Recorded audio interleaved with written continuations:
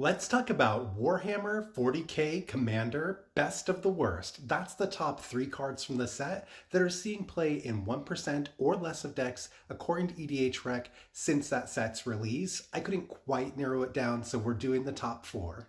Number 4 is Sister Hospitaller. For 4 white black, we get a 3/2 creature human cleric, Medicus Ministorum. When Sister Hospitaller enters the battlefield, return target creature card from your graveyard to the battlefield. You gain life equal to its mana value. 6 mana is a lot to pay if you're just trying to reanimate one thing one time, and really clunky. However, if you're in a deck that can abuse this trigger on the enter the battlefield, like a Flicker deck, then Sister Hospitaller becomes one of your best recursion pieces because you can do this over and over again. I think if you haven't tried it in your Flicker decks, then maybe give it a shot. Number 3 is Primaris Eliminator. For 4 and a black, we get a 3/2 creature, Astartes Warrior. When Primaris Eliminator enters the battlefield, choose one. Executioner round. Destroy target creature. Hyperfrag round. Creatures target player controls get -2/-2 until end of turn. Primaris Eliminator is sort of like a Ravenous Chupacabra that you pay one more for to get this flexibility. And I think that one more mana is definitely worth it. At 5 mana, you're perfectly happy to throw this creature out and choose to either destroy one thing or completely destroy a token player's board, or anybody who's just playing like a weenie deck, anything like that. So this card has a lot of flexibility built in, and if you're in a deck that can really abuse this enters the battlefield trigger, it goes up, up, up in value. Number 2 is Necron Deathmark. For 3 and 2 black, we get a 5/3 artifact creature Necron with Flash. Synaptic Disintegrator. When Necron Deathmark enters the battlefield, destroy up to one target creature and target player mills 3 cards.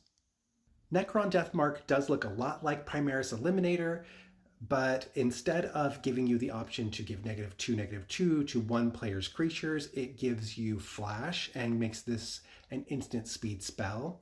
I think that the flexibility that each of these gives you is comparable, so these slots are really interchangeable, but both of these cards are excellent, and if you're in an Enters the Battlefield deck, then I think you want to consider them. Best of the Worst is Tomb Fortress. It's a land. Tomb Fortress enters the battlefield tapped. Tap to add black. 2 black, black, black, tap. Exile Tomb Fortress. Mill 4 cards, then return a creature card from your graveyard to the battlefield.